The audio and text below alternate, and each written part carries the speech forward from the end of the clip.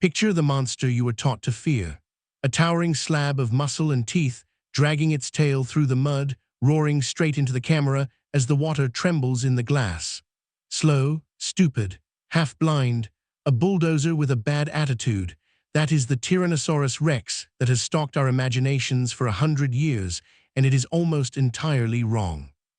Because between 2023 and 2026, a wave of new science took this animal apart, bone by bone, and rebuilt it into something the old films never dared to show you.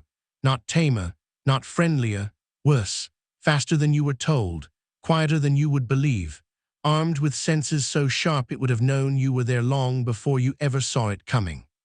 The creature we love to fear turns out to have been far more dangerous than the monster on the screen.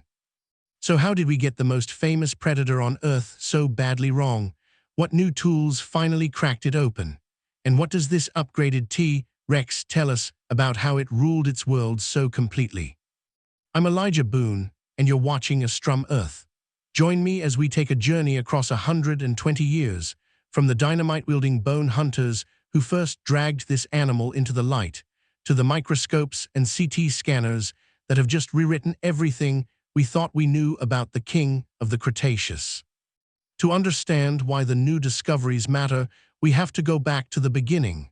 Not 68 million years ago, that comes later. I mean the beginning of our story with this animal. The year is 1905, and the place is a blistering hillside in Hell Creek, Montana. Here, a young paleontologist named Barnum Brown is working in the merciless heat with a wagon load of dynamite and a burning need to make history.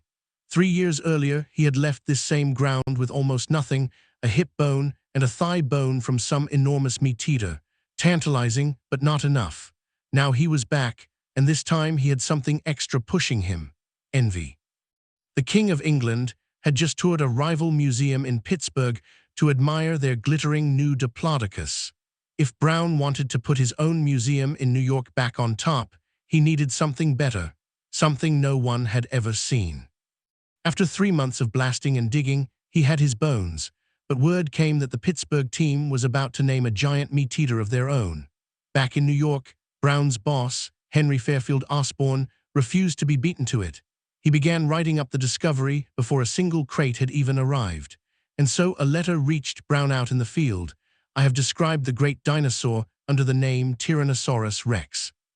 The tyrant lizard king had been christened by a man who had not yet laid eyes on it. And here is the thing nobody tells you. The grand unveiling was a flop. With just a scatter of bones and a great deal of guesswork, the public shrugged and went back to the crowd pleasers of the day. It took another 10 years, until 1915, before Brown's team had assembled enough of a skeleton to mount. This time, the world lost its mind. The T-Rex became a global sensation overnight, splashed across newspapers on every continent. The king of the beasts was finally born. Brown called it his favorite child, the most formidable fighting machine ever devised by nature. But his creation was, in many ways, a work of fiction. A terrifying thing stitched together from incomplete bones and educated guesses, a prehistoric Frankenstein's monster. The animal was real, and it was a supreme predator, but the reconstruction was riddled with mistakes. So where did they go wrong? For a start, the skeleton was a patchwork of different finds. As one professor later put it, it was like bolting Arnold Schwarzenegger's legs onto Brad Pitt's body. The hands were borrowed from another dinosaur entirely, an Allosaurus, giving it 3 fingers when the real T-Rex had only 2. And it was posed standing bolt upright like a giant kangaroo, its tail dragging along the ground behind it like an anchor. Try walking a mile like that. It is not the build of the greatest hunter the land has ever known. It wasn't until the 1970s that the shape began to change. A researcher in London studied where the animal's vertebrae fused and its ligaments attached, and realized the spine simply could not have stood upright without the head being wrenched out of its socket. The real posture was horizontal, the body tipped forward, the tail lifted clear off the ground and held out behind as a counterweight. He trimmed nearly 4 meters off that dragging tail. The true T-Rex was slowly stepping out of the shadows. But rearranging bones can only take you so far. The next revolution would not come from how the fragments fit together, it would come from what each fragment, on its own, could be made to confess.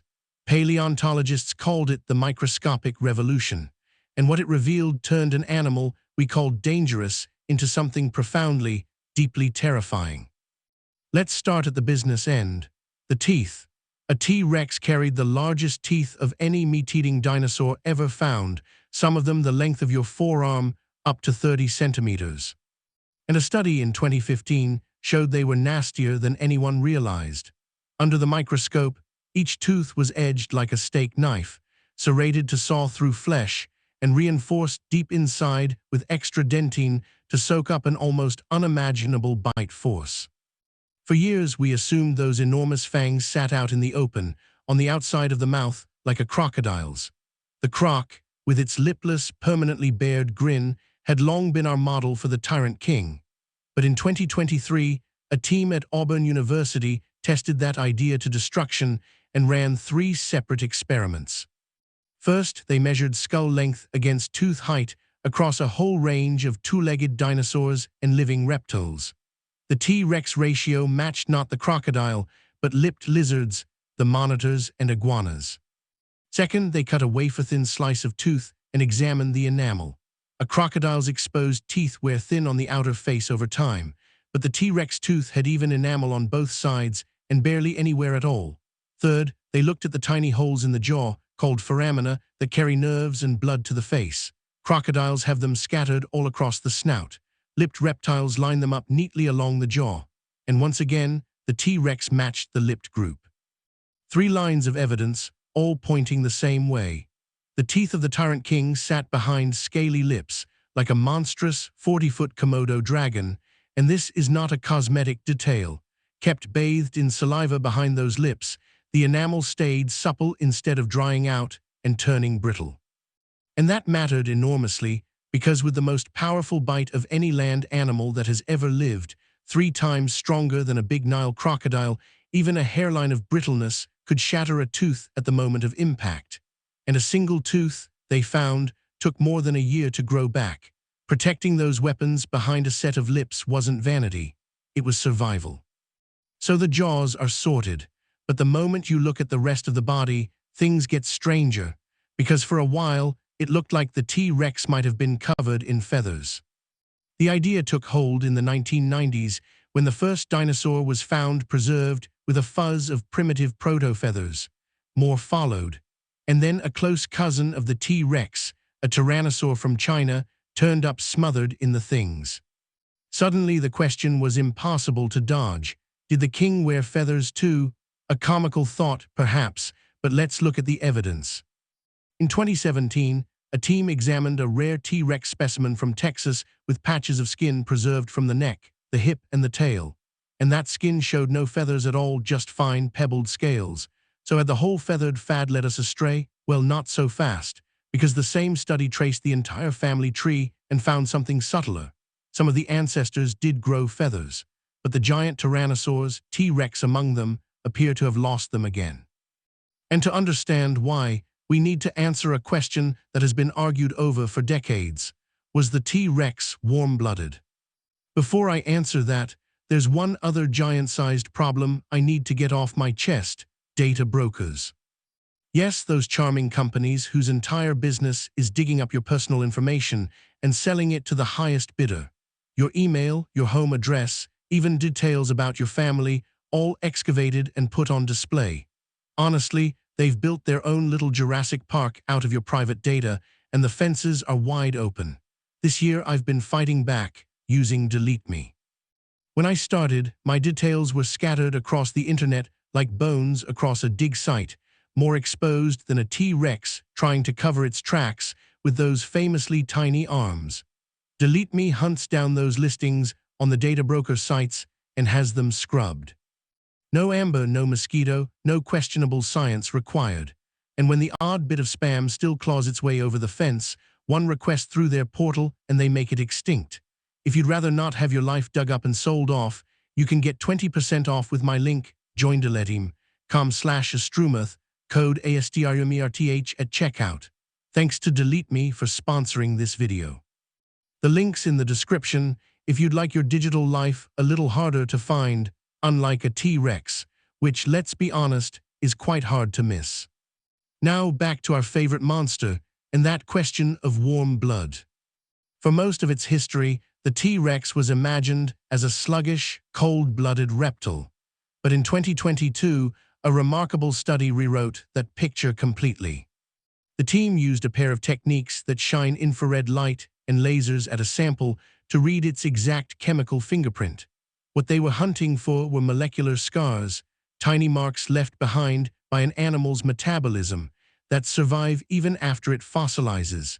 The faster the metabolism burns, the more of these scars pile up in the bones. They analyzed 30 dinosaur bones, and every meat-eater they tested, T-Rex included, landed right alongside modern birds and mammals on the chart. The verdict was clear. The tyrant king ran hot. It generated its own body heat. And that solves the feather mystery. For a warm-blooded animal, the bigger you get, the more heat you trap.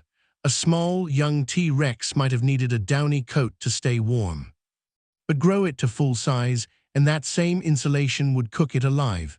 So the likeliest story is this: baby tyrants were fuzzy and shed their feathers as they grew into scaled adults. A hatchling in a coat of fluff, an adult, bare and armored, built for explosive violence. But the most shocking upgrade was still to come: its size. The largest T-Rex we have ever found is a specimen nicknamed Scotty, unearthed in Saskatchewan, Canada. It was first spotted by a schoolteacher back in 1991 and took over a decade to fully excavate. 13 meters long and going by the sheer circumference of its thigh bone, weighing more than 8.5 tons. The Rex of Rexes, but raw numbers don't tell you what an animal actually looked like, and working that out has been surprisingly hard. For a long time, scientists estimated a dinosaur's bulk by shrink-wrapping its skeleton in a tight digital skin, then puffing it back out to allow for muscle and organs. The trouble is, that method produced wildly different answers depending on who was doing the guessing. But 2 recent studies stripped out the guesswork. Using CT scans of living birds and reptiles, the T-Rex's closest surviving relatives, they worked out exactly how much soft tissue each part of the body should carry, and used it as a recipe to rebuild 52 dinosaurs. And the finding was consistent. The old reconstructions had been too slim. The real animals were heavier, more heavily muscled than the artwork suggested.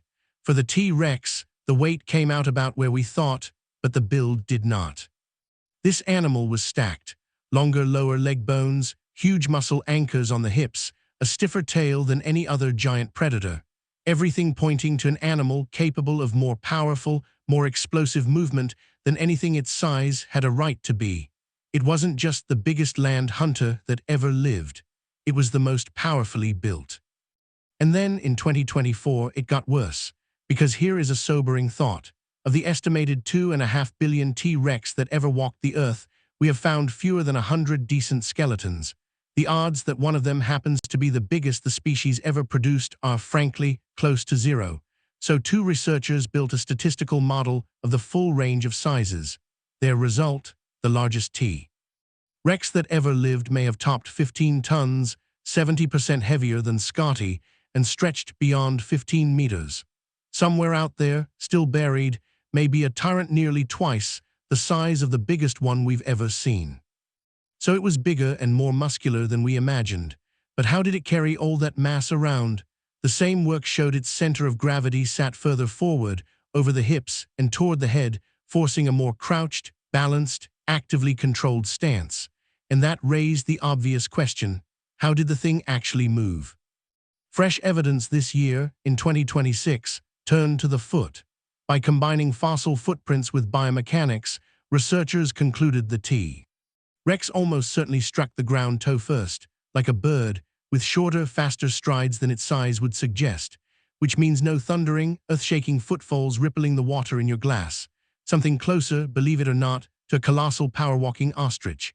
Quieter, springier, more stable, able to snap its huge head around for precise, controlled strikes.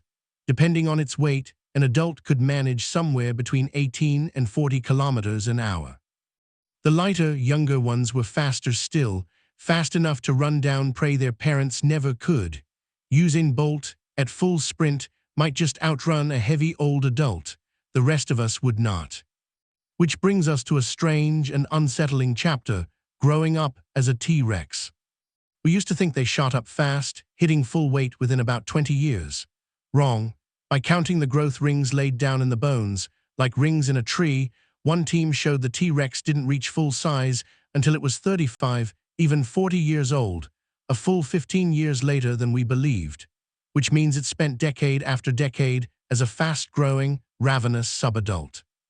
And we know from predators today that it's the teenagers and young adults who hunt hardest, the boldest, most aggressive killers of all.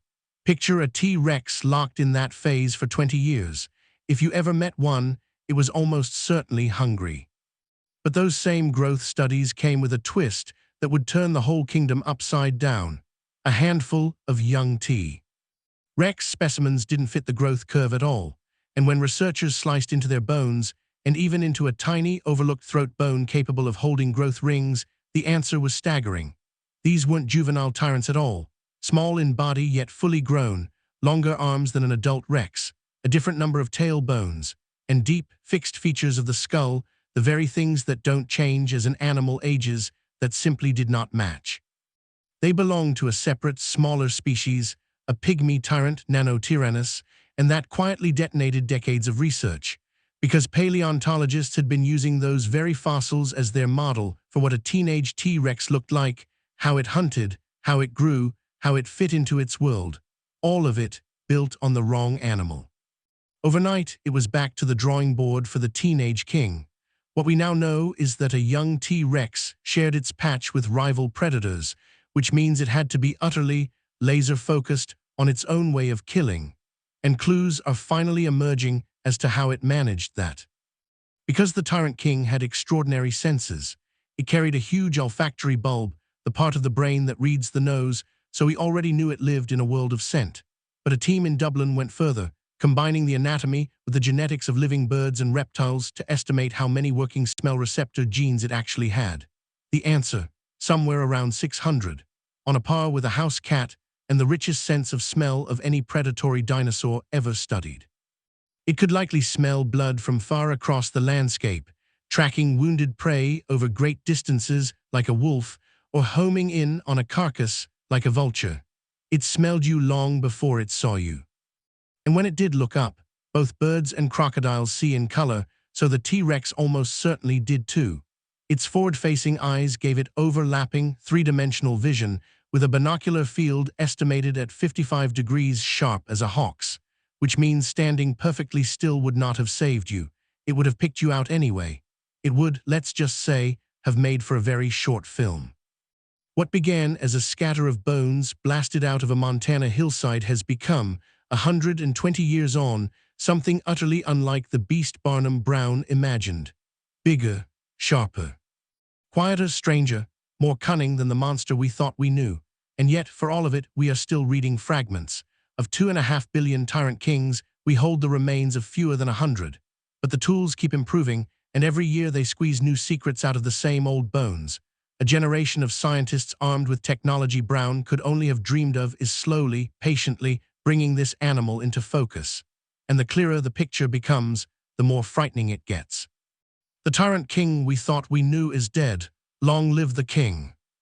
If this changed how you see the T-Rex, for better or worse, tell me in the comments the next time you sit down to watch Jurassic Park. And if you've made it all this way, do consider subscribing. We're a young channel, and it's one of the best things you can do to help us keep making videos like this one. Thank you for watching, and I'll see you in the next one.